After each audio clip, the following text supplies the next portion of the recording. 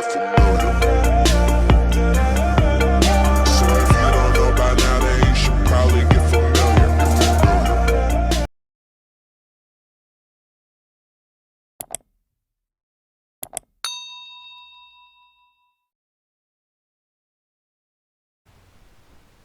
Selamat bertemu kembali dengan semua kita, sahabat-sahabat Rumah Belajar Solusi. Nah, di video kali ini ada persamaan dan ada perbedaan yang akan kita lakukan. Persamaannya itu dengan video-video yang terdahulu, kita di video kali ini masih akan membahas sebanyak 3 buah soal dari materi soal kemampuan kuantitatif TPS UTBK. Tapi perbedaannya juga akan kita lakukan di video kali ini. Perbedaannya itu adalah si soal kemampuan kuantitatif yang akan kita bahas di video kali ini itu akan kita gunakan bahasa pengantarnya bahasa Inggris. Jadi dalam English version. Tapi kalau untuk membahasnya nanti kita mix aja, kita campur penggunaan bahasa Indonesia dan bahasa Inggris. Mengapa di video kali ini kita penting untuk melakukan itu? Sebab kalau kita baca-baca dari beberapa media online, sudah jelas dikatakan oleh si panitia UTBK di tahun 2020 ini, katanya akan ada beberapa perubahan yang dilakukan untuk pelaksanaan UTBK di tahun 2020 ini. Salah satunya itu katanya materi soal TPS-nya itu akan disajikan dengan menggunakan bahasa pengantar bahasa Inggris. Jadi supaya dikatakan dengan perubahan, berarti kan dari yang tidak ada menjadi ada. Jadi jangan ada kita yang berpikir, oh berarti materi bahasa Inggris disajikan dalam bahasa Inggris. Itu mah bukan perubahan. Sebab materi bidang bahasa Inggris kalau disajikan dalam bahasa Inggris, itu dari UTBK tahun-tahun dulu juga udah ada. Nah, supaya dikatakan dengan perubahan berarti selain materi bidang bahasa Inggris, materi soal bahasa Inggris, akan ada materi-materi soal bidang-bidang lainnya itu yang akan disajikan dalam bahasa pengantarnya bahasa Inggris. Nah, tebakan kami kurang lebih pasti kita semua nanti setuju. Dugaan yang terdekat itu yang akan disajikan dalam bahasa pengantarnya bahasa Inggris itu adalah materi ujian dari kemampuan kuantitatif alias untuk bidang mata pelajaran matematika. Sebab udah banyak kok SMA di Indonesia ini yang pakai pola pengajaran bilingual itu membahas soal-soal selain materi bahasa Inggris tapi dalam bahasa pengantarnya bahasa Inggris. Dan yang paling gampang kita tebak untuk materi-materi TPS UTBK ini itu pasti kayaknya nih kemungkinan terbesar materi soal kemampuan kuantitatif yang akan memakai bahasa pengantar bahasa Inggris. Pasti beberapa dari kita itu setuju ya dengan dugaan kami ini. Dan kami akan sertakan sekilas link berita dari media online kompas.com yang mengatakan hal demikian.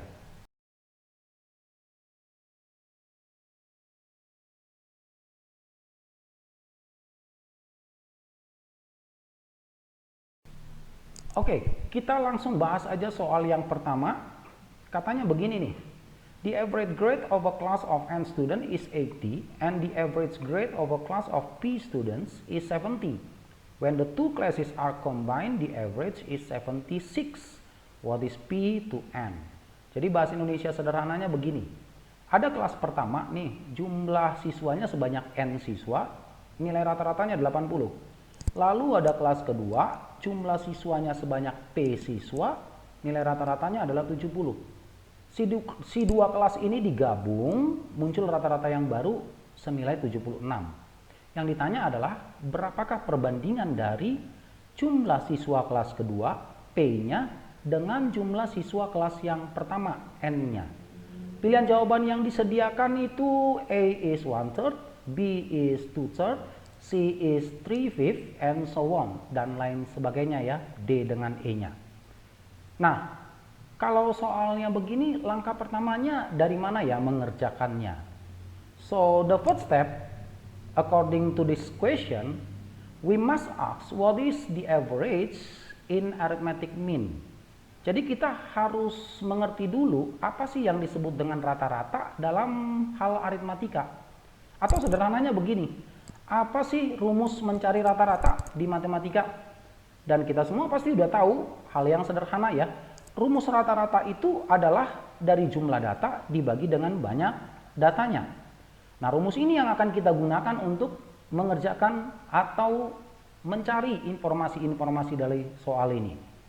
Informasi yang pertama dari soalnya katanya ada kelas pertama, jumlah siswanya N, nilai rata-ratanya 80. Berarti kalau menurut rumus rata-rata yang X bar ini sama dengan jumlah data dibagi banyak data, maka si 80 ini datangnya dari jumlah data N dibagi dengan N. Bisa sampai di sini? Nah, lalu kita lakukan perkalian silang. Berarti kita dapatkan jumlah data N itu sama dengan 80N. So the same way we do with the second information. Langkah yang sama kita akan lakukan dengan hal atau informasi yang kedua. Nah, katanya ada kelas kedua, jumlah siswanya sebanyak P siswa, nilai rata-ratanya 70. Nah, berarti si 70 ini datang dari jumlah data P dibagi dengan P. Sama, kita lakukan lagi perkalian silang, kita dapatkan jumlah data P itu sama dengan 70P. Lalu, informasi yang ketiga dari soal atau informasi yang terakhir, katanya si dua kelas ini digabung dan rata-rata barunya adalah 76. Berarti 76 ini datangnya dari jumlah data N kelas pertama ditambah dengan jumlah data P kelas kedua dibagi dengan banyak data kelas pertama N-nya ditambah dengan banyak data kelas kedua P-nya. Lalu kita lakukan perkalian silang. Tapi sebelum kita lakukan perkalian silang, kita substitusi si jumlah data N dengan si jumlah data P-nya. Karena tadi udah kita dapat jumlah data N sama dengan 80N. Kita masukin kemari. Lalu kan kita juga dapat jumlah data P sama dengan 70P. Kita masukin kemari. Sehingga nanti kita dapatkan si 76 ini sama dengan 80N ditambah 70P per N tambah P. Kita lakukan perkalian silang. Dapatnya jadi 76N tambah 76P sama dengan 80N tambah 70P. Kita sederhanakan menjadi 4N sama dengan 6P. Bisa ya sampai di sini ya? Masih mudah ya? Nah, yang terakhir, kalau ditanya berapakah P per N, ya mudah dong. Berarti P per N-nya itu sama dengan 4 per 6 ya, perbandingan berbalik nilai. Kita sederhanakan 4 per 6 sama dengan bentuk terkecilnya adalah 2 per 3 dong pastinya. Nah, kalau kita lihat ke pilihan jawaban, berarti jawaban untuk soal ini itu adalah pilihan B-nya ya, 2 per 3. Masih cukup mudah lah untuk kita mengerti. Dan kita akan naikin kualitas soalnya untuk soal kedua dan soal ketiga. Kita akan lanjut ke soal yang kedua. Kita lanjut ke soal yang kedua. Bunyinya begini nih. If 20% of N is K, what is the value of K? First statement, 60% of N is 120. Second statement, 2/5 of N is 80. The choice is A, first statement alone is sufficient, but second statement alone is not sufficient. B, second statement alone is sufficient, but first statement alone is not sufficient, and so on, so on. Pilihan C, D, dan E-nya. Jadi kalau di soal versi bahasa Indonesianya mungkin kita lebih familiar dan itu sudah ada di video-video terdahulu Rumah Belajar Solusi. Nanti silakan aja cek di playlist SBMPTN dari akun kami Rumah Belajar Solusi yang kurang lebih begini nih bunyi pilihan jawabannya. Pilihan A-nya katanya pernyataan satu saja cukup tetapi pernyataan dua saja tidak cukup.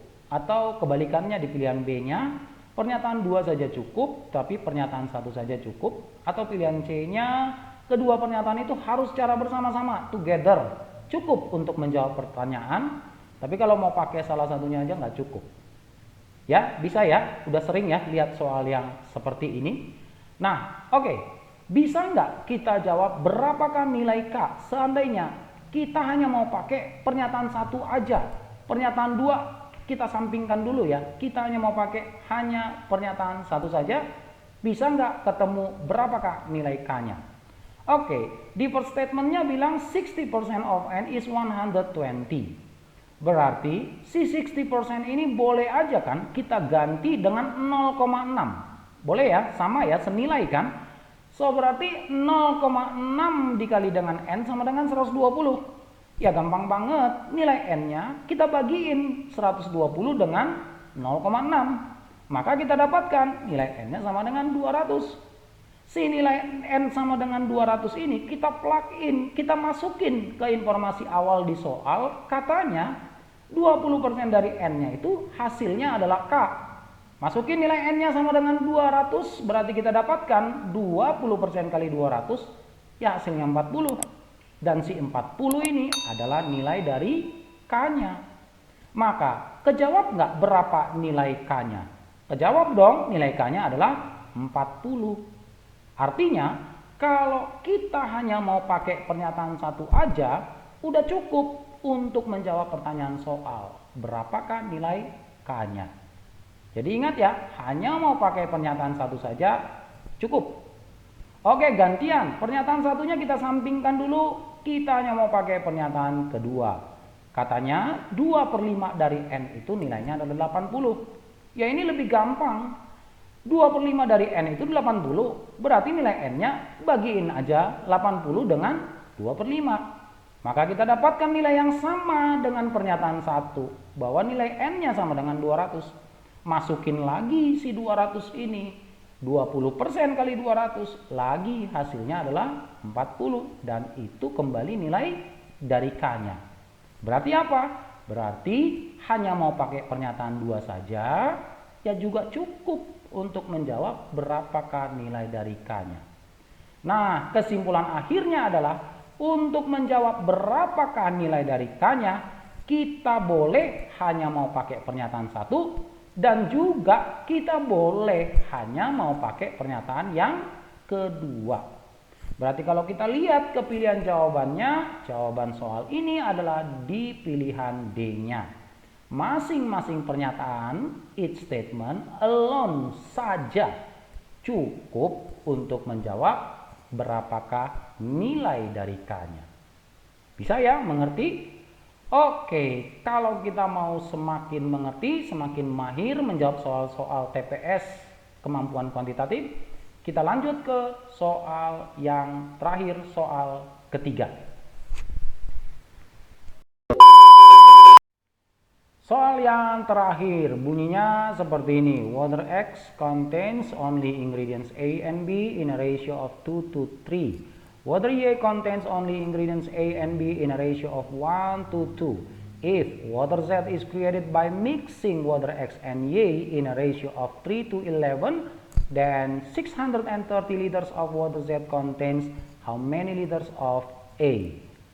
Nah, the choice is, pilihan jawabannya A is 68, 68, B 73, 73, dan lain-lain sebagainya ya, untuk pilihan C, D, dan E-nya. Nah, bagaimana langkah pertama untuk mengerjakan soal ini? Jadi nanti langkah-langkah untuk mengerjakan soal ini kita ambil dari potongan-potongan informasi yang diberikan dari soal. Kita langsung ke potongan informasi yang pertama. Katanya kan water X contains only ingredients A and B in a ratio of 2:3. Jadi kurang lebih begini.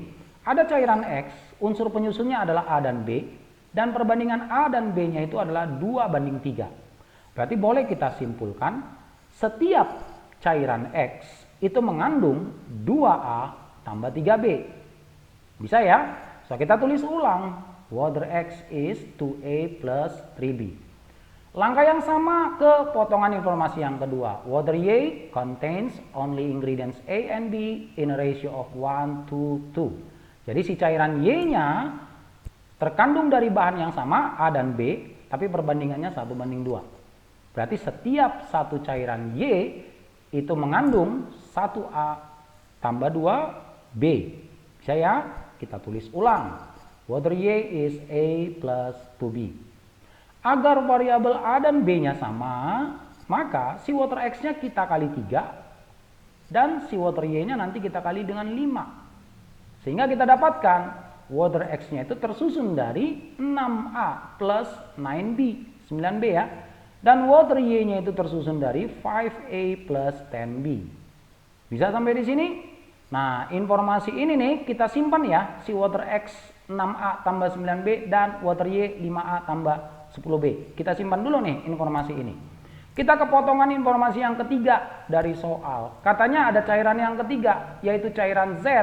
Dan unsur penyusunnya adalah cairan X dan cairan Y dengan perbandingan 3:11. Berarti setiap satu cairan Z itu mengandung 3 cairan X dan 11 cairan Y. Kita tulis ulang. Water Z itu tersusun dari 3 cairan X tambah 11 cairan Y. Nah, nilai yang sudah lebih dulu tadi informasi yang kita simpan itu kita masukin ke si water Z-nya ini. Jadi si water X 6A plus 9B ini kita masukin kemari.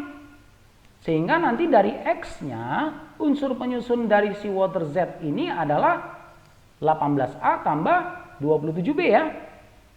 6 kali 3 tambah 9 kali 3. Langkah yang sama, si 11Y-nya ini kita ambil dari water Y-nya yang 5A tambah 10B. Setiap 5 dan 10-nya kita kali dengan 11. Maka dari unsur water Y-nya, water Z itu nilainya adalah 55A tambah 110B. Kita gabungin, berarti si water Z yang 3X tambah 11Y ini itu adalah 73A tambah 137B. Bisa? Setelah kita campurkan si water X dan water Y-nya. Udah kita dapat ini nilai A dan B-nya. Nah, berarti jumlah total penyusun A dan B si cairan Z ini, jumlah totalnya itu adalah 210. A dan B-nya ya. Nah, kan katanya dalam soal banyak cairan si Z-nya itu adalah 630.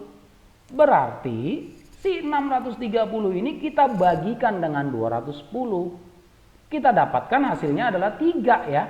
Berarti ada 3 cairan Z. Setiap cairan Z mengandung 55A tambah 73A tambah 137B. Berarti kalau 3 cairan Z ada berapa A-nya? Ya tinggal kita kali 3-nya dengan si 73 ini. Berarti banyak A yang kita dapatkan di water Z itu sebanyak 219 dong. Bisa sampai di sini? Nah, kalau kita lihat ke pilihan jawabannya, berarti jawaban untuk soal yang terakhir ini ada di pilihan D-nya ya. Bisa sampai di sini? Oke, pasti sudah semakin bisa ya dari soal pertama, kedua, hingga ini soal yang terakhir.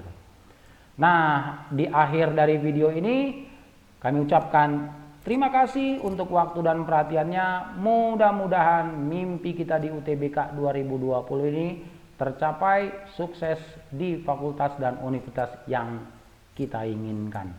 Amin ya. Oke, terima kasih, dan di lain waktu pasti Rumah Belajar Solusi akan buat video-video pembelajaran lainnya. Nyalain aja lonceng notifikasi dan tetap subscribe di akun Rumah Belajar Solusi.